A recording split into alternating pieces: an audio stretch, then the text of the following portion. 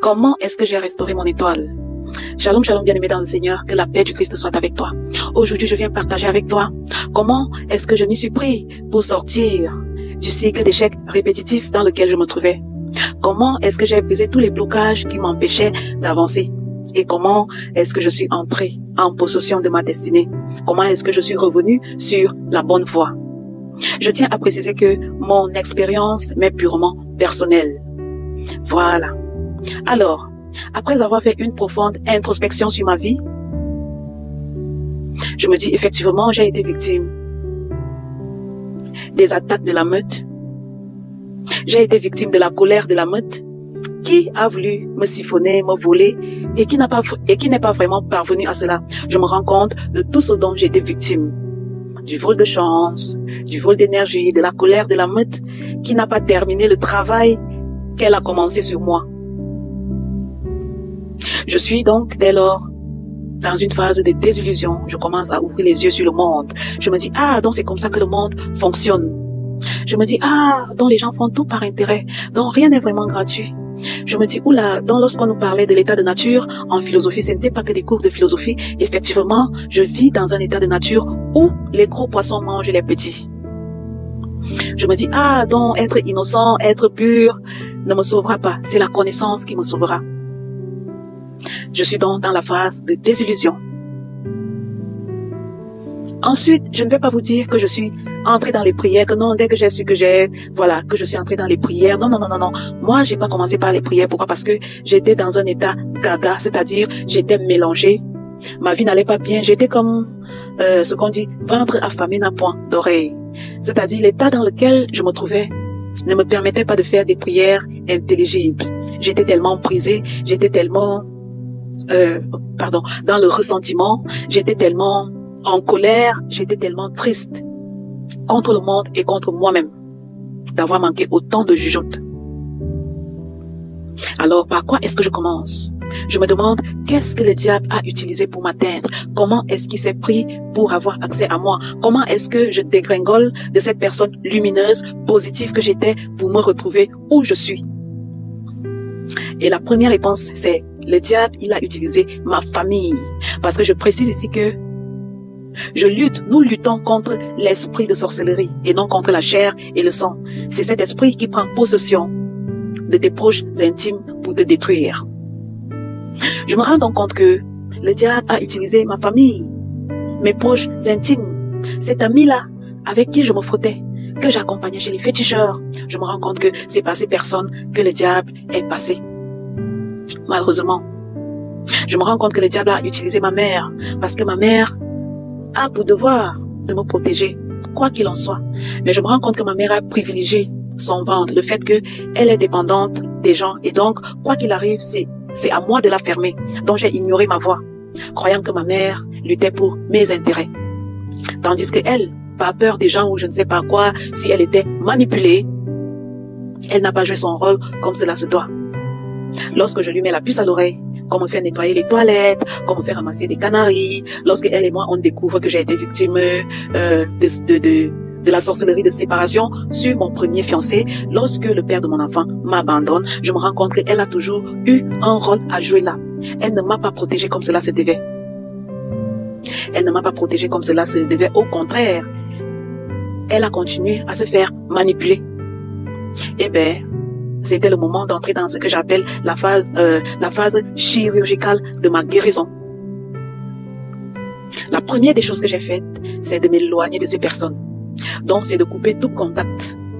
Parce qu'à l'époque, je partais même encore là-bas pour rendre visite à ma mère. Mais lorsque je me rends compte de ce qui se passe vraiment, je coupe totalement les ponts.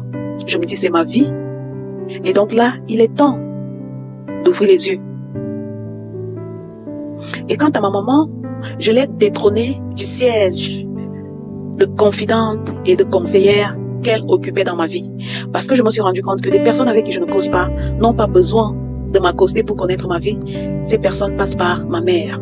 Alors qu'est-ce que je fais? Malheureusement, tu cesses d'être ma conseillère, tu cesses d'être ma confidente, autant pour moi. C'est pas ma faute si tu manques de personnalité, c'est pas ma faute si tu te fais manipuler spirituellement, c'est pas ma faute si tu ne veux pas t'éveiller. Mais moi, je ne veux plus être victime de ton manque de prudence. Après m'être éloignée de ces personnes, je me suis demandé quelle est ma part de responsabilité dans ce qui m'arrive. Quelle est ma part de responsabilité? Parce que lorsqu'il y a une situation, les temps sont quand même partagés, que nous le voulions ou pas. Quelle était ma part de responsabilité? Je me rends compte que j'ai ignoré ma voix tout le temps. À chaque fois qu'on essayait de m'étouffer, j'avais laissé qu'on me ferme la bouche. Tandis que la petite voix à l'intérieur de moi me criait, me donnait des informations, me disait des choses dont j'étais quand même sûre, des choses qui m'interpellaient vraiment. J'ai ignoré cette voix pour écouter ce que disait peut-être ma mère, pour écouter la foule. J'ai privilégié la voix de la foule au détriment de ma voix. Ça veut dire que tout ce qui m'était arrivé, c'est moi qui avais tendu la main. Que ça soit par manque de connaissances, d'où je vous ai dit, votre ignorance, votre pureté, votre innocence ne vous sauveront pas. Dans le monde spirituel, c'est la connaissance qui sauve. Les sorciers que vous voyez là ont tellement de connaissances. Ils connaissent la Bible, ils connaissent les lois de la nature. Mais comme nous les chrétiens, parfois, on est tellement négligents, on considère tout ce qui n'est pas de la Bible comme de l'exotérisme. Par exemple, lorsqu'il y a des gens, lorsque tu parles de l'univers, qui se posent des questions, est-ce que c'est biblique, est-ce que c'est tout? C'est Dieu qui a créé le ciel, la terre, tout ce qui s'y trouve et les a mis à ton service. Les sorciers connaissent tout ça, d'où ils savent comment te manipuler. Je me suis rendu compte que j'ai manqué de connaissances. Et donc, ce qui m'arrivait, j'avais une part de responsabilité, j'ai ignoré ma voix, j'ai manqué de connaissances, j'ai laissé que le diable entre dans ma tête. Et qu'est-ce que j'ai fait suite à cela? J'ai arrêté de tenir un langage de victime. Les oui, on m'a fait ci, on m'a fait, non. J'ai arrêté d'être victime, j'ai été très stricte avec moi, donc je me suis donné des baffes à ma conscience. Parce qu'il le faut, c'est pas toujours seulement de la faute d'autrui. Voilà, à partir de là, j'ai cessé de tenir un langage de victimisation. Je ne suis pas une victime. Je ne suis pas une victime.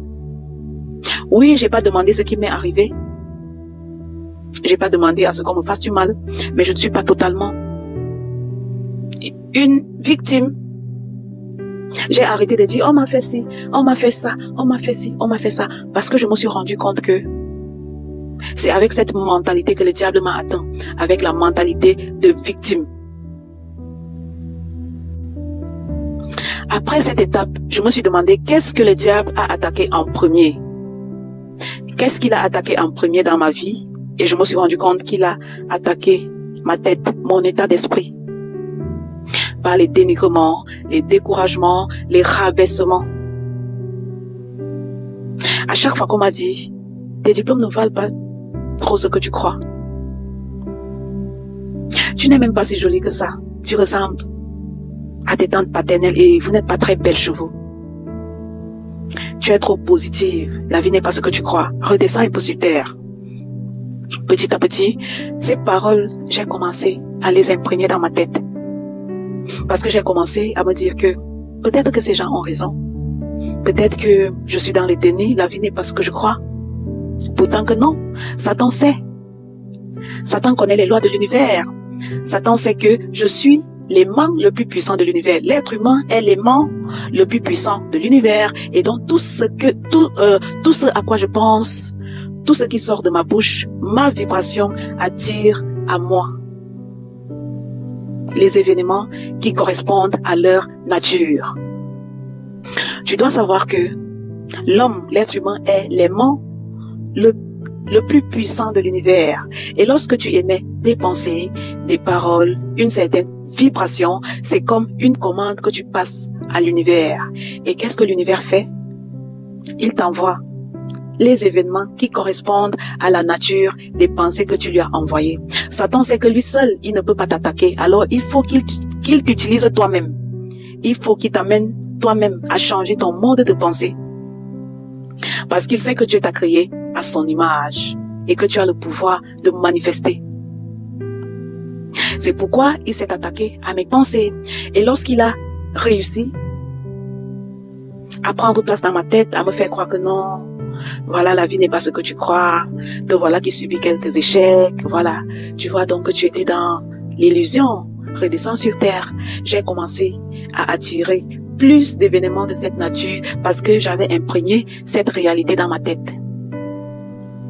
Et lorsque j'ai sorti cette vérité, qu'est-ce que j'ai fait? J'ai changé mon mode de pensée de manière intentionnelle, en changeant la façon dont je me parlais et la façon dont je pensais. C'est pas facile hein, parce qu'il y a des idées, des pensées intrusives. À chaque fois que tu veux être positif, il y a toujours des pensées intrusives qui viennent te dire, ah, c'est pas comme tu crois, tu exagères. Voilà, la vie est tout autre, tu rêves, t'es rêveuse. Mais je me suis efforcée. J'ai commencé à changer toute parole négative. À chaque fois que j'ai donné le crédit à la sorcellerie, à chaque fois que j'ai dit, on m'a fait, j'ai changé tout ça. Et j'ai commencé à reprendre mon pouvoir. J'ai commencé à déclarer des paroles de vie sur moi. C'est-à-dire, ce n'était pas encore dans le domaine de la prière. Lorsque je me levais le matin, je remerciais Dieu. Merci Seigneur pour ce nouveau jour. Je suis en bonne santé. Je suis vainqueur. Je vais de réussite en réussite. Pourquoi? Parce que je me suis rendu compte que Dieu ne m'a jamais quitté. Dieu, il a toujours été avec moi. D'où je ne suis pas morte. Ça veut dire que c'était à moi de prendre conscience et de chercher la connaissance pour naviguer dans ce monde plein de requins. J'ai commencé à changer la façon dont je me parlais. J'ai commencé à déclarer des paroles de vie sur moi. J'ai commencé à déclarer l'amour, la tranquillité, la paix dans ma vie. Voilà, je change mon mode de pensée. Je change mon langage, je commence à m'instruire. Qui suis-je? Qu'est-ce que l'homme? Je comprends que l'homme est fait à l'image de Dieu. Je comprends que je suis un demi-dieu et que j'ai le pouvoir d'appeler à l'existence tout ce que je veux voir dans ma vie. Je commence à me rendre compte que tout ce qui m'est arrivé, c'est moi-même qui l'avais permis. Parce que Satan, il sait que lui qui est à l'extérieur de moi ne peut pas vraiment m'impacter jusqu'à ce que cela ait effet. Il faille qu'il m'utilise moi-même. Je me suis rendu compte que Satan m'a utilisé moi-même pour détruire ma vie parce qu'il n'y a que moi et Dieu qui avons le pouvoir d'appeler les choses à l'existence dans ma vie, de changer le cours de ma vie. Il n'y a que moi. D'où on vous dit toujours, tout véritable changement commence par la pensée. Sachez que tous les livres de développement personnel se sont inspirés de la Bible. La Bible traite du développement personnel, de la psychologie, des finances, de la politique. La Bible est le livre le plus complet qui existe. Dans la Bible, tu trouves tout. Et donc, lorsqu'on parle de développement personnel, ce n'est pas contre la religion. Il fallait que je sois d'abord bien dans ma tête, dans mon cas, avant que je puisse prier parce que j'étais tellement mélangée, j'étais, voilà, gaga, si je peux dire ça comme ça. Je n'avais pas la tête à aller faire des prières, je n'avais pas la tête, je n'avais même pas l'intelligence, je ne savais même pas comment prier. Il a fallu que je sois armée de connaissances.